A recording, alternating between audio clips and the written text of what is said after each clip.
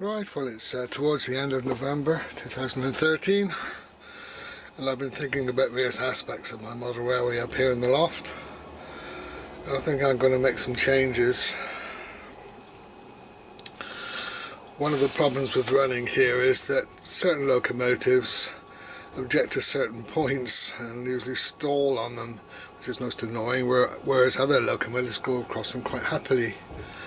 So I thought what I would do is try and reduce the number of points I've actually got on the layout, try and simplify the layout a little bit.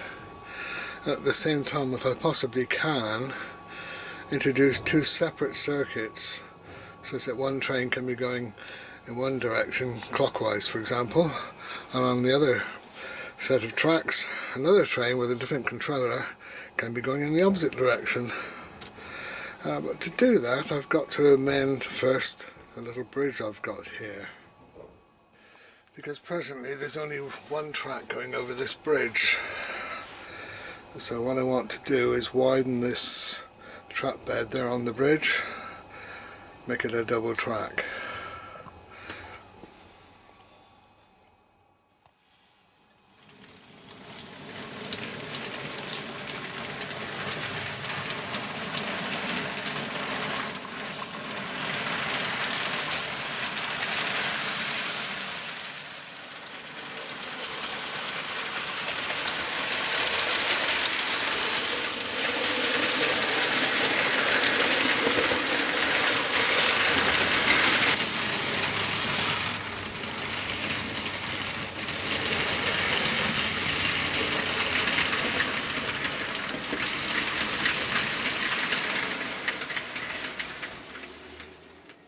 So I've already cut a piece of wood which I'm going to position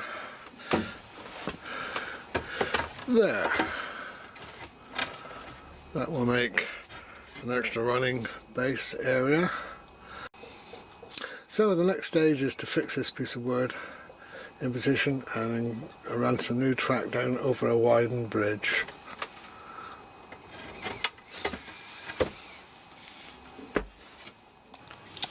Well, I've fixed some metal brackets underneath this piece of wood and screwed one end of the bracket up underneath the existing baseboard, but I'm having a great deal of trouble getting underneath this end.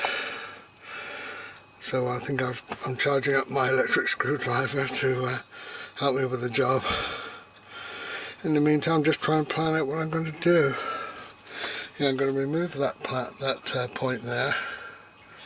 Bring the inner track around and over this bridge, carry the track on, double track then around here, remove that siding and let the track emerge the other side of the engine sheds. Change the track plan here, make the outer track there more or less uninterrupted by points, going beyond the station as it were, and the new inner track that will come around there will then go to the station and involve the siding there as well, and so on around. It's going to be a lot of disruption, so I think now I've committed myself it's going to be the last running for some time, and hopefully the bigger locomotives as well as the smaller ones will be able to run here without any trouble. Currently that large locomotive is very awkward going over points. Never used to be on my old layout, which had much more sweeping curves and less points, so hopefully that'll be an improvement. And when we get to this point here, which is a combination where two points are side by side, they will disappear and the inner track will swing around to connect up with the VALENDORF station, leaving the outer track mostly point free, and that's the idea at the moment anyway. Might change as I go along. Well, this is the next morning, having inset that piece of wood. As you can see, I've got a lot more space now to run the track around.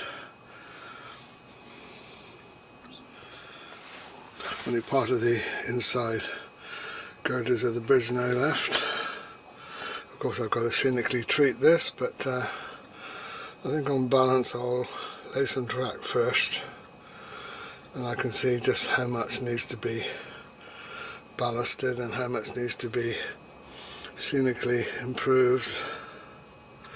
The next big thing is to start removing points like that one. Easier said than done, especially without damage to the point. And then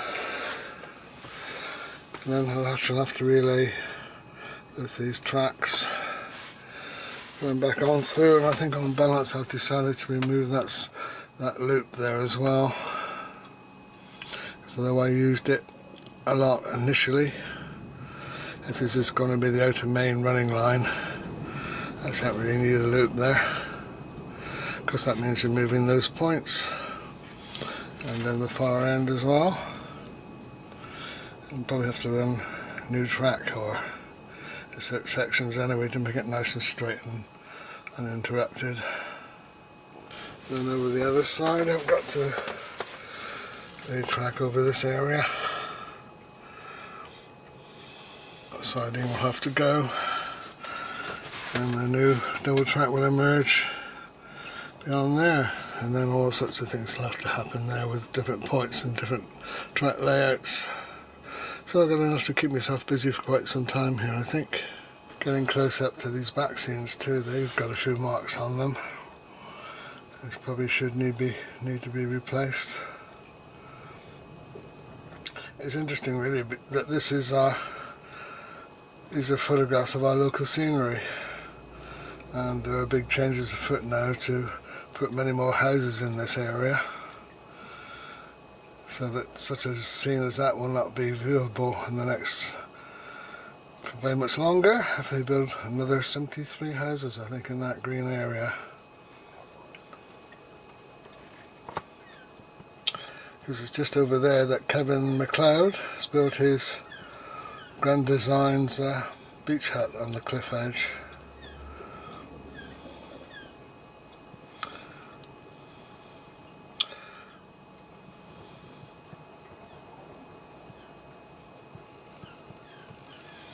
But in real life these bushes here have grown up a lot since I took these photographs, so I think his clifftop hut is where that caravan used to be.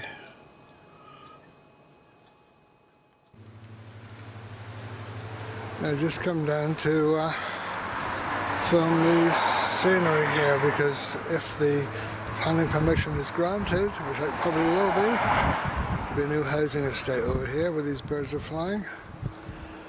Presently the housing stops there, but they are applying for permission to build 73 new houses all across here and up around the corner. Yeah, the new housing estate will fill this corner of the field, and the only entrance, according to the plans I've seen, is opposite the 5th house down there on the left. There won't be any entrance where we are standing here. Anyway, that will completely block the view of all the houses there of the sea.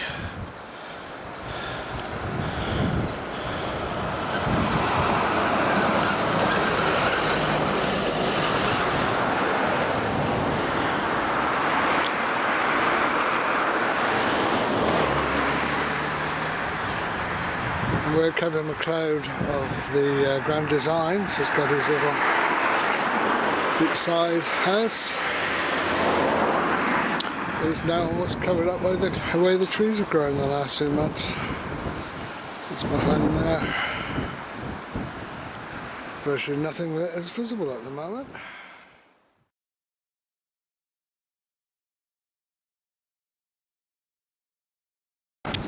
Yeah, it looks to me as if he's removed his clifftop hut now.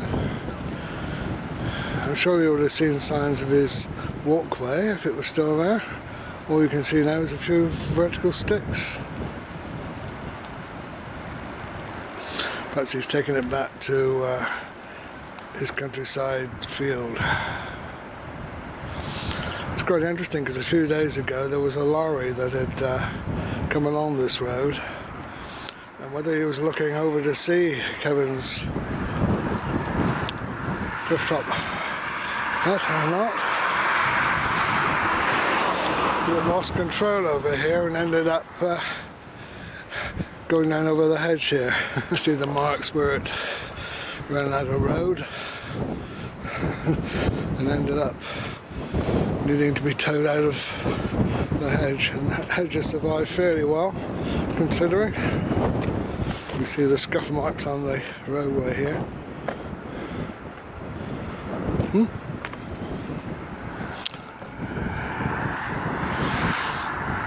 There's quite a bit of space there that could be filled. Well, you got a nice view of the sea, and if you're a railway fan, the trains of course will run between those caravans there and this, the next hedge there, and running in a cutting there. Not this time of the year because they've stopped now until the Santa trains and the like start running.